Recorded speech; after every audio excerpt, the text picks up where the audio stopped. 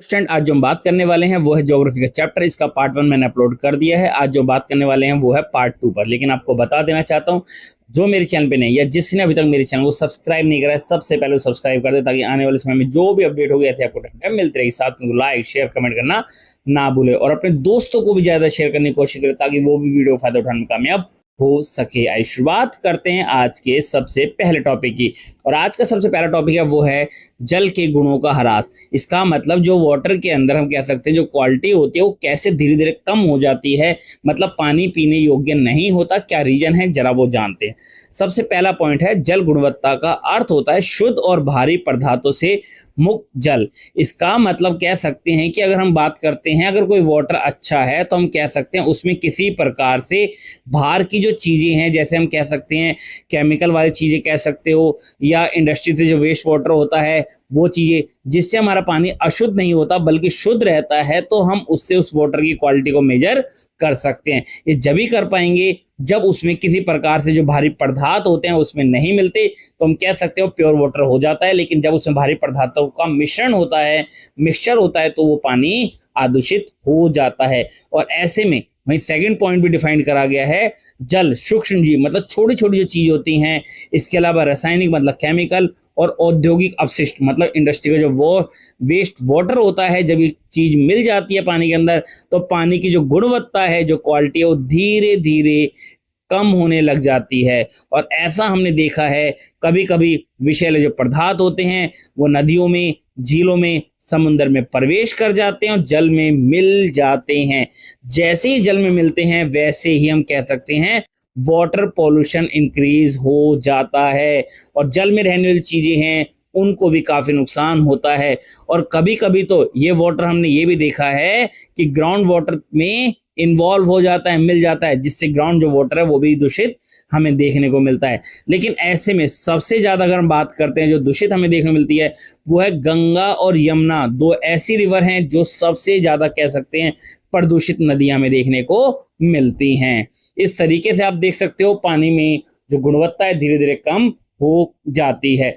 चलते हैं next topic की ओर। और नेक्स्ट टॉपिक है जल संरक्षण और प्रबंधन, मतलब पानी को किस प्रकार से बचा के रखना है और उसके लिए क्या क्या मैनेजमेंट करती है जरा वो जानते हैं।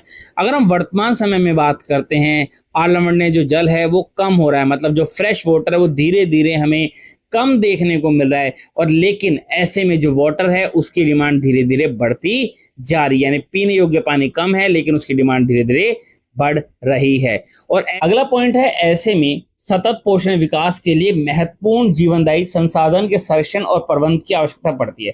इसका मतलब अगर मुझे लगातार अपना विकास करना है तो उसको करने के लिए मुझे सबसे पहले जो संसाधन है, रिसोर्सेज है, उसको बचाकर रखना है और उसके लिए कोई मैनेजमेंट को देख रेख उसकी करनी होगी। इसका मतलब अगर हम कोई भी काम प्री प्लान करते हैं, अकॉर्डिंग टू मैनेजमेंट करते हैं, तो हम उसको बचाकर भी रख सकते हैं। और ऐसे में भारत को जल संरक्षण के लिए तुरंत कदम उठाने चाहिए, और जो हमारी इंडिया की गवर्नमेंट है उसको इसके रिगार्डिंग कोई एक्शन भी उठाना चाहिए। और साथ ही साथ कुछ ऐसी पॉलिसी और लॉ बनाने चाहिए जिसके बिहाफ पर हम कह सकते हैं हमारा डेवलप प्रॉपर तरीके से हो पाएगा। और जल संरक्षण के लिए प्रभावी उपाय भी होने चाहिए। इसका मतलब जो इसके लिए कुछ एक्शन हो ना, इफेक्टिव होना चाहिए, जिसका इफेक्ट ये हो कि वाटर को सेफ करके भी रखा जा सकता है। और ऐसे में हम कह सकते हैं जल बचत तकनीक और विधियों का विकास किया जाना चाहिए, मतलब कुछ ऐसी टेक्नोलॉजी का इस्तेमाल किया जाए या मेथड का इस्तेमाल किया जाए जिससे वाटर को सेव किया जा सकता है और हमारा डेवलप प्रॉपर तरीके से हो पाएगा। इसके अतिरिक्त जल प्रदूषण से बचाने के प्रयास भी किए जाने चाहिए, और हम कह सकते हैं कि जो वाटर पॉल्यूशन हो रहा है उसको किस प्रकार से बचाए रखना है, इसके लिए भी गवर्नमेंट को कुछ एक्शन लेना चाहिए।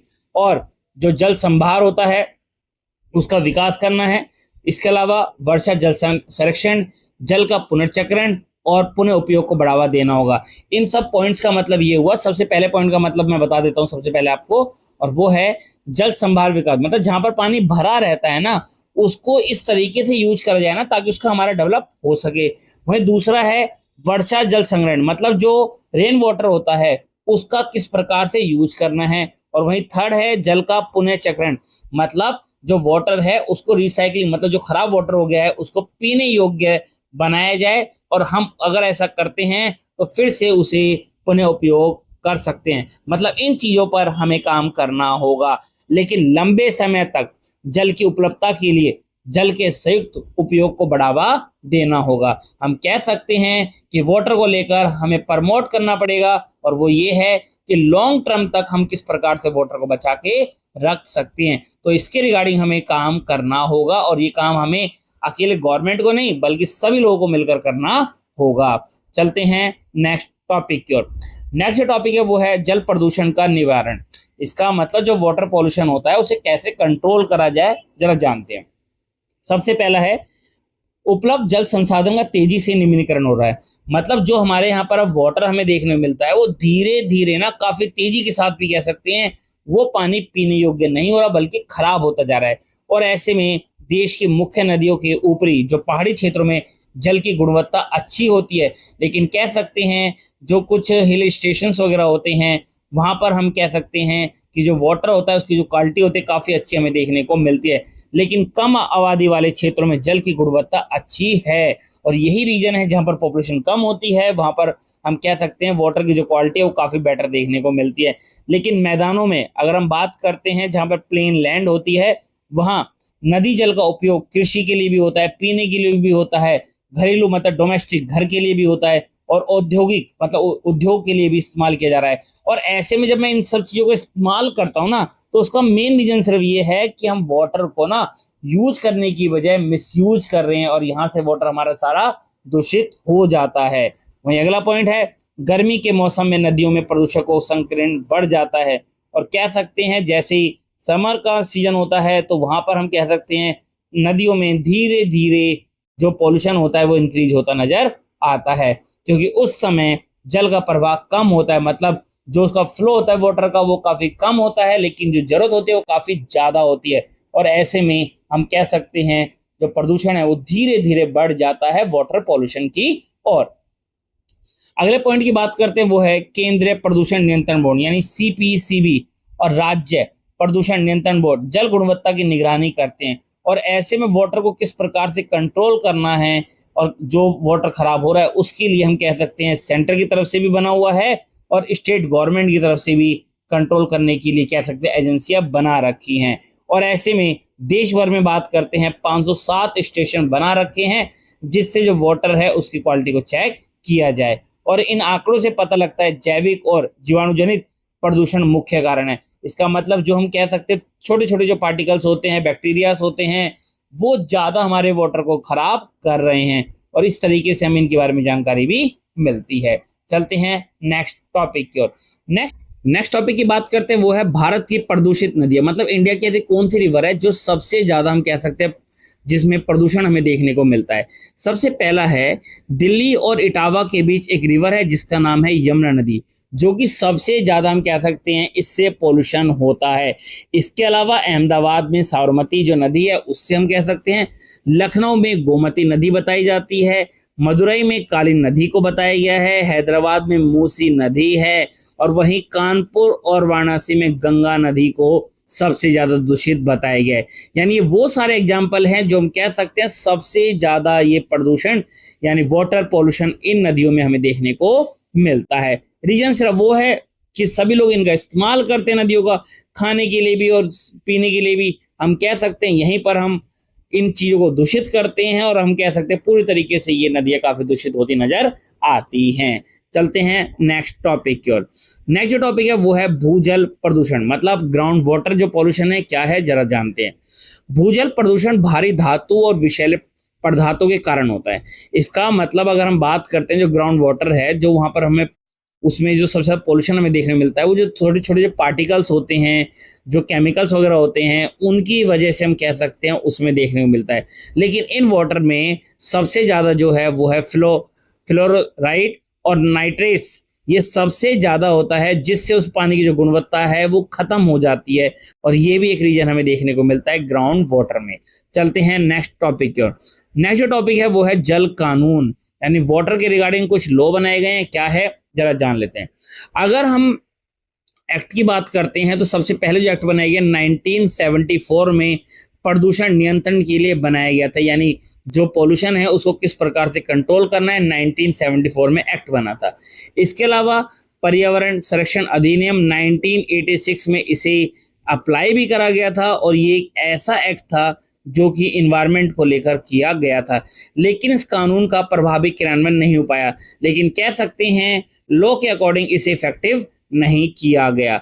लेकिन वहीं 1997 में 251 यानी 251 प्रदूषण फैलाने वाले उद्योग नदी और झील के किनारे स्थापित हुए हैं। तो हम कह सकते हैं लॉ वाटर के रिगार्डिंग 251 कुछ कैसे इंडस्ट्रीज है जो हमें देखने मिलती है, जो कि कम से कम रिवर और लेक के पास हमें देखने मिलती है 1997 में। और ऐसे में यहाँ पर जो इंडस्ट्री वगैरह लगाई जाती है जिससे वाटर पॉल्यूशन बढ़ता है, तो उसके रिगार्डिंग कुछ एक्ट पास हुआ था, वो है जल उपकर अधिनियम 1977, जिसका मेन ऑब्जेक्टिव यही था कि यहाँ पर जो पानी जो दूषित होता है उसको कम करना है, मतलब जो पॉल्यूशन हो रहा है उसको रिड्यूस यानी कम करना है ताकि वो पॉल्यूशन ना हो, यानी वाटर पॉल्यूशन कम से कम हो। लेकिन इसका भी प्रभाव सीमित रहा, लेकिन अगर कह सकते हैं इसका जो इफेक्ट है वो भी हमें लिमिट में देखने को मिलता है। चलते हैं आगे, और आगे जो है मैंने भी आपको एक्ट बताया 1977, तो वही एक्ट के बारे में यहाँ पर बताया गया प्रॉपर तरीके से। इसका जो उद्देश्य था वो प्रदूषण कम करना था, लेकिन उसका जो इम्पैक्ट हमें देखने मिलता है वो लिमिट में देखने को मिलता है, मतलब ज्यादा इफेक्ट हमें देखने को नहीं मिलता। और जल के महत्व और जल प्रदूषण के प्रभाव के बारे में जागरूकता का प्रसार करने की आवश्यकता है। और ऐसे में कह सकते हैं जो वाटर है उसकी इंपॉर्टेंस और जो जल प्रदूषण है उसका जो हमारे ऊपर इफेक्ट है उसे अवेयरनेस करना बहुत जरूरी है, तभी हम इस चीज को कम कर सकते हैं। तो इसका इस्तेमाल काफी ज्यादा यहाँ पर किया जा रहा है। इसके अलावा जन जागरूकता और उसकी भागीदारी से कृषिगत कार्य, घरेलू और औद्योगिक विसर्जन से प्राप्त प्रदूषकों में बहुत ज्यादा प्रभावशाली ढंग से कमी आई है। तो हम कह सकते हैं जो पब्लिक है पहले हमें उसे जागरूक करना होगा, फिर उसको उसमें पार्टिसिपेट करना होगा, उसके रिगार्डिंग कुछ काम करना होगा। और जो डोमेस्टिक काम करते हैं, जो इंडस्ट्री में काम करते हैं, वहां पर चीजों को जो विसर्जित कर देते हैं मतलब बहा देते हैं, उन चीजों को रोकना होगा। अगर हम ऐसा करते हैं तो कह सकते हैं वाटर को प्रॉपर तरीके से बचा के रख सकते हैं। और वहीं नेक्स्ट टॉपिक है जल का पुनः चक्र और पुनः उपयोग, मतलब रिसाइकलिंग और रीयूज करना है वाटर का, लेकिन किस तरीके से जरा जान लेते हैं। सबसे पहला पॉइंट है पुनः चक्र और पुनः उपयोग। अन्य तरीके हैं जिसके द्वारा आलवण्य जल की उपलब्धता को सुधारा जा सकता है। इसका मतलब अगर मुझे फ्रेश वाटर चाहिए तो उसका इस्तेमाल मैं जब भी कर सकता हूँ जब उसे रिसाइकलिंग और रीयूज करता हूँ। लेकिन ऐसे में कम गुणवत्ता के जल का उपयोग जैसे शोधित अपशिष्ट जल उद्योग के लिए एक आकर्षक विकल्प है। इसका मतलब कह सकते हैं जो लो क्वालिटी का वाटर होता है अगर हम उसका इस्तेमाल करते हैं तो ये हमारे लिए काफ़ी नुकसानदायक हो सकता है। लेकिन इसका उपयोग शीतलन मतलब कूलिंग और अग्निशमन मतलब कहीं अगर आग वगैरह लग जाती है तो ऐसे में इसका इस्तेमाल करना होगा, और जिससे हम कह सकते हैं जल पर होने वाली जो लागत है वो कम हो सकती है। मतलब हमें कुछ जगह पर ऐसे वाटर का इस्तेमाल करना चाहिए जो पीने योग्य बिल्कुल भी नहीं है, अगर हम उसका इस्तेमाल करते हैं तो काफ़ी अच्छा हो सकता है। इसके अलावा इस तरह नगरीय क्षेत्रों में स्नान और बर्तन धोने में प्रयुक्त जल को बागवानी के उपयोग में लाया जाता है। यानी कुछ अर्बन एरिया ऐसे हैं जहाँ पर नहाने वाले पानी को और बर्तन से धोने वाले पानी को उसका इस्तेमाल जो होता है वो गार्डनिंग मतलब पेड़ पौधों में पानी डालने के लिए भी कुछ लोग करते हैं। वहीं वाहनों को धोने के लिए भी जल का उपयोग भी बागवानी में किया जाता है। वही हो गया। अगर हम बात करते हैं व्हीकल की जो वॉशिंग करते हैं उसका जो पानी होता है उसका भी इस्तेमाल कर लेते हैं। इससे अच्छी गुणवत्ता वाले जल का प्रयोग हम पीने योग्य इस्तेमाल कर सकते हैं। और अगर हम करंट की बात करते हैं तो आज के टाइम में हम कह सकते हैं जो वाटर है जिसे हम रिसाइकलिंग कर रहे हैं उसकी जो मेजरमेंट है एक्चुअल तरीके से आप उसे मेजर भी नहीं कर सकते। लेकिन हम सिर्फ एक चीज को यहाँ पर जान सकते हैं, वो है कि पानी का यूज जो करना है वो लिमिट मात्रा में करना है, और जो करना है उसका भी हमें रिसाइकलिंग करना होगा, जब भी हम पानी को बचाकर रख सकते हैं। और आगे जो नेक्स्ट टॉपिक है वो है जल संभार प्रबंधन। इसका मतलब गवर्नमेंट ने उसके रिगार्डिंग क्या मैनेजमेंट बनाई है जरा वो जान लेते हैं। सबसे पहला पॉइंट है जल संभार प्रबंधन का जो उद्देश्य है प्राकृतिक संसाधन और समाज के बीच संतुलन लाना है। इसका मतलब ये हुआ जो हमारी मैनेजमेंट जो भी काम करेगी ऐसे में नेचर के बीच में और कह सकते हैं जो हमारी सोसाइटी है उनके बीच में हमें एक बैलेंस करना होगा। क्यों? क्योंकि अगर लोग जो वहाँ पर रहते हैं सोसाइटी के, अगर वो रिसोर्सेज का इस्तेमाल सीमित मात्रा में करेंगे तो हम कह सकते हैं उन संसाधनों को हम बचा कर भी रख सकते हैं। अगला पॉइंट है, जल संभार प्रबंधन की सफलता मुख्य रूप से संप्रदाय के सहयोग पर निर्भर करती है। इसका मतलब ये हुआ कि अगर हमें वाटर का सही रूप से इस्तेमाल करना है तो उसके रिगार्डिंग हमें एक कमोडिटी बनानी होगी जो कि उसका कोऑपरेट करेगी, या मैं बोलूँ हमें एक ऐसा ग्रुप बनाना पड़ेगा जो उसके रिगार्डिंग काम करेगा और वाटर का हम सही रूप से इस्तेमाल कर पाएंगे। और ऐसे में केंद्र और राज्य सरकार ने देश में बहुत से जल संभार विकास और प्रबंधन कार्यक्रम भी चलाए हैं। और ऐसे में चाहे सेंटर हो चाहे स्टेट गवर्नमेंट, दोनों ने ही हम कह सकते हैं यहाँ पर काम किया है। ऐसे में कुछ गैर सरकारी संगठन द्वारा भी चलाए जा रहे हैं। इसका मतलब जो नॉन गवर्नमेंट होती है वो भी इसके रिगार्डिंग काम कर रही है, जिसके व्याप पर हम कह सकते हैं इसको बचाकर रखा जा रहा है। वहीं कुछ प्रोग्राम भी चले हैं। ऐसे में जो प्रोग्राम चले हैं वो कुछ स्टेटों में चले हैं, जरा उनके बारे में भी जान लेते हैं। सबसे पहला है वो है हरियाली। ये जो प्रोग्राम है हम कह सकते हैं इसका जो मेन मोटिव था गवर्नमेंट का चलाने का वो ये था कि जनसंख्या को पीने, सिंचाई और मत्स्य पालन और पेड़ों के लिए जल का उपयोग करना चाहिए, लेकिन उसी योग्य करना चाहिए जितना उनको जरूरत है। और ऐसे में लोगों को हम कह सकते हैं इस प्रोग्राम के लिए कह सकते हैं मोटिवेट करा था, और लोगों ने इस पानी का इस्तेमाल कुछ इसी प्रकार से यहाँ पर करने लगे थे। इसके अलावा परियोजना लोगों के सहयोग से ग्राम पंचायत द्वारा निष्कासित की जाती थी, लेकिन यहाँ पर जो वाटर के रिगार्डिंग जो भी यहाँ प्रोजेक्ट काम किया जा रहा है वो कह सकते हैं ग्राम पंचायत के द्वारा ही उसको प्रमोट भी किया जा रहा है। वहीं अगर मैं नीरू मीरू की बात करते हैं इस प्रोग्राम की, ये जो प्रोग्राम है जल और आप कार्यक्रम आंध्र प्रदेश में चलाया गया था। इसके अलावा अरबारी पानी संसद ये अलवर राजस्थान में हमें देखने मिलता है। इसका मेन मोटिव ये था कि पानी का इस्तेमाल चाहे वो तालाब हो जिसे हम जोड़ कह सकते हैं वहां पर भरा जाए, ताकि पानी का इस्तेमाल बाद में भी किया जा सकता है। इसके अलावा तमिलनाडु में बात करते हैं, घरों में जल संग्रहण संरचना को बनाना आवश्यक कर दिया गया था। इसका मतलब वहां पर भी पानी को किस प्रकार से बचा के रखना है उसके रिगार्डिंग तमिलनाडु में काम किया गया था। और वहीं लास्ट पॉइंट है, किसी भी इमारत का निर्माण बिना जल संरक्षण संरचना बनाए नहीं किया जा सकता। इसका मतलब जो भी यहाँ पर बिल्डिंग बनाई जा रही है उसका इस्तेमाल कह सकते हैं वाटर के बिना नहीं होगा, तो उसके रिगार्डिंग भी यहाँ पर काम किया गया था। तो इस तरीके से पानी को लेकर काफी यहाँ पर काम होते हुए नजर आ रहे हैं। वहीं अगला टॉपिक है वर्षा जल संरक्षण। इसका मतलब जो रेन वाटर होता है उसको किस प्रकार से बचा कर रखना है जरा वो जानते हैं। सबसे पहला पॉइंट है वर्षा जल संग्रहण विभिन्न उपयोग के लिए वर्षा के जल को रोकना और एकत्र करने की विधि है। इसका मतलब जो रेन वाटर होता है सबसे पहले उसका जो उपयोग करना है ना वो जब ही कर सकते हैं जब उस पानी को हम स्टोर करके रखें और एक जगह पर उसका यूज प्रॉपर तरीके से करें। अगर ऐसा करते हैं तो प्रॉपर तरीके से रेन वाटर का इस्तेमाल सही हो पाएगा। लेकिन इसका इस्तेमाल करने के लिए हमें उसे अंडरग्राउंड जो वाटर है उसमें इन्वॉल्व करना होगा ताकि हम उसका यूज प्रॉपर कर पाएंगे, जिसके द्वारा पानी की प्रत्येक बूंद सुरक्षित करने के लिए वर्षा जल को नलकूप, गड्ढों या कुएं में इकट्ठा किया जाए। और ऐसे में पानी को हम कह सकते हैं कुएं में इकट्ठा किया जा रहा है, या कुछ गड्ढे बनाकर किए जा रहे हैं, या कुछ पाइपलाइन में इसको भेजा जा रहा है ताकि उसका इस्तेमाल बाद में किया जाए। इसके अलावा वर्षा जो जल संरक्षण है पानी की उपलब्धता को बढ़ाता है। इसका मतलब ये हुआ कि हम ये कह सकते हैं हमारे यहाँ पर जो वाटर है वो इजी मात्रा में हमें मिल रहा है, लेकिन जो भूमिगत जल है जो ग्राउंड वाटर है वो धीरे धीरे हम कह सकते हैं नीचे होता हुआ जा रहा है, क्योंकि नीचे जो पानी है उसकी मात्रा धीरे धीरे कम होती नजर आ रही है। और ऐसे में कह सकते हैं जो हमें ग्राउंड वाटर देखने मिलता है उसमें दो चीजों का बढ़ावा हमें देखने को मिल रहा है, लेकिन वो पानी पीने योग्य बिल्कुल भी नहीं होता, और वो है फ्लोरोराइड और दूसरा है नाइट्रेस। ये दोनों ही पानी में हमें देखने को मिलता है, जिससे पानी पीने योग्य बिल्कुल भी हमें नहीं बच रहा है। इसके अलावा मृदा अपरदन और बाढ़ को भी रोकता है।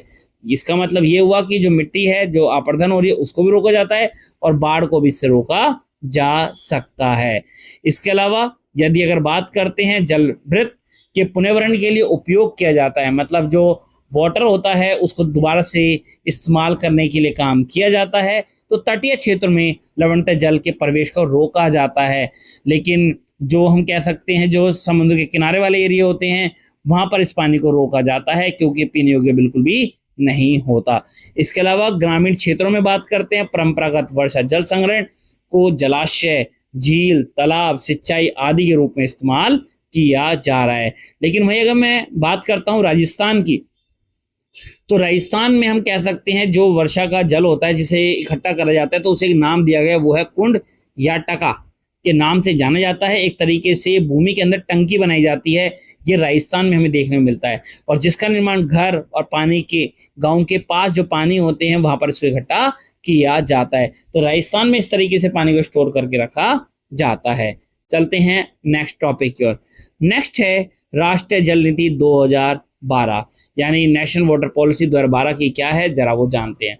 सबसे पहला पॉइंट है, अगर मैं इस पॉलिसी की बात करता हूं 2012 की, इसका जो मेन ऑब्जेक्टिव था वो ये था कि मौजूद स्थिति का आकलन करना और एकीकृत राष्ट्रीय परिप्रेक्ष्य के साथ कार्य योजना के लिए एक रूपरेखा तैयार करना है। इसका मतलब एक ऐसा फ्रेमवर्क तैयार करना है जिस पर एक्शन भी हो, काम भी हो और पूरे देश का भला भी हो। और इसीलिए 2012 में ये वाटर कह सकते हैं नेशनल वाटर पॉलिसी लाई गई थी। इसका मेन ऑब्जेक्टिव सिर्फ ये था कि जो जल है उसको किस प्रकार से बचा के रखना है, जिससे हमारा विकास और हमें बेहतर जो प्रबंधन है वो मिल सकता है, और अगर ऐसा मिलता है तो हमारा विकास सही रूप से हो पाएगा।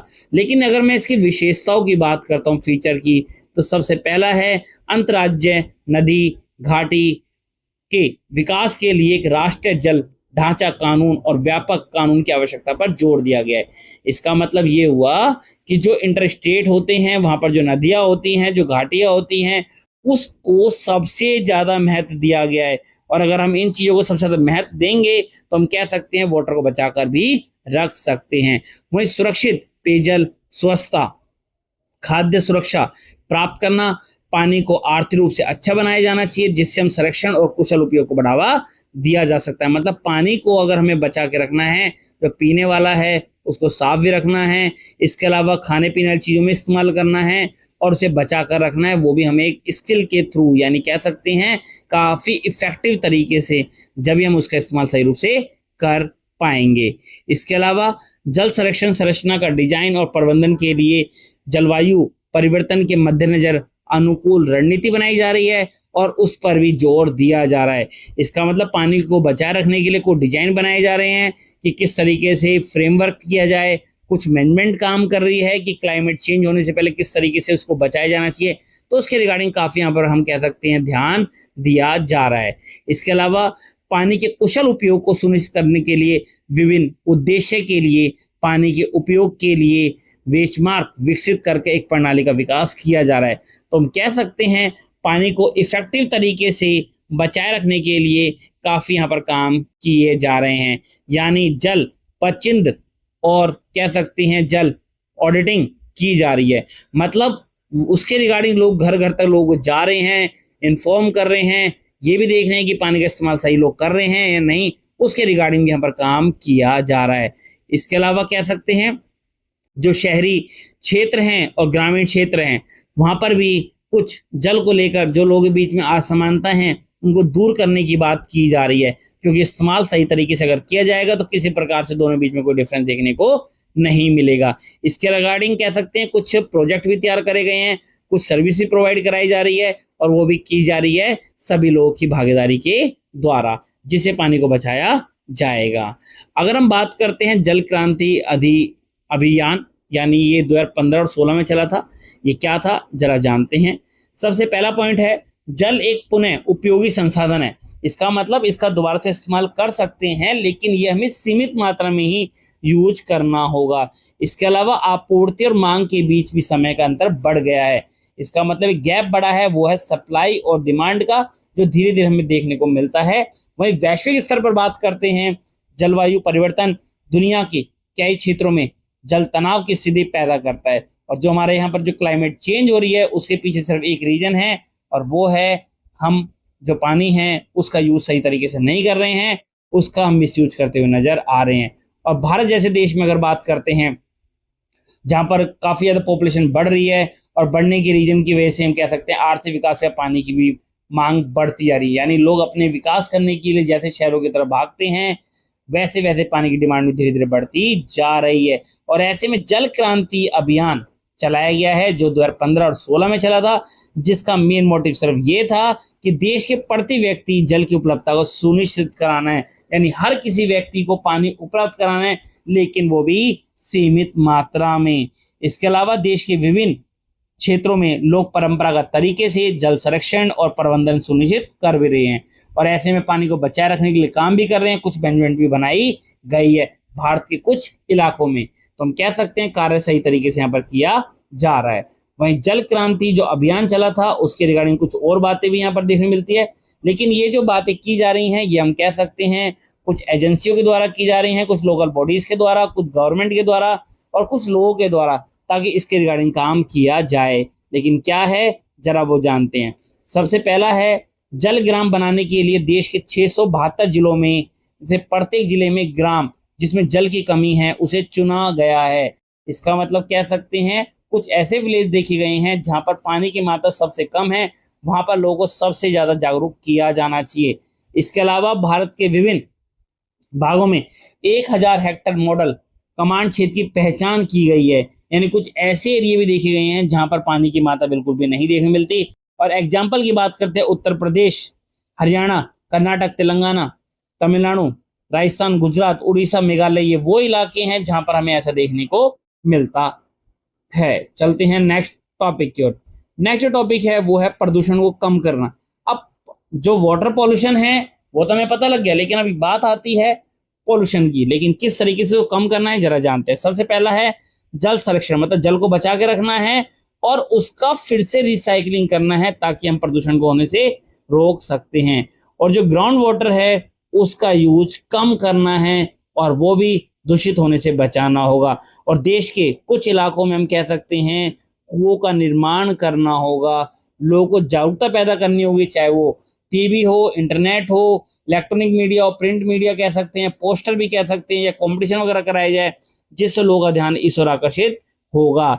इसके अलावा जल क्रांति अभियान जो है इस तरह से बनाया गया था कि जल सुरक्षा द्वारा खाद्य सुरक्षा और जीविका प्रदान की जाएगी, यानी मेन मोटिव इसका ये था वाटर पॉल्यूशन के रिगार्डिंग ही कि लोगों को सिक्योरिटी भी प्रोवाइड होगी, वो भी किसके रिगार्डिंग, फूड के रिगार्डिंग, और किस तरीके से अपने जीवन को जीना है उसके रिगार्डिंग लोगों को सूचित किया जाएगा। तो हम कह सकते हैं अगर हम इस तरह से ही काम करेंगे तो वाटर को हम बचा के रख सकते हैं। और यहीं पर ये फाइनली चैप्टर खत्म होता है। अगर आपको चैप्टर पसंद आता है तो प्लीज वीडियो को लाइक जरूर करें ताकि बाकी बच्चे भी इस वीडियो का फायदा उठाने में कामयाब हो पाएंगे। मिलते हैं नेक्स्ट अपडेट में। Thank you.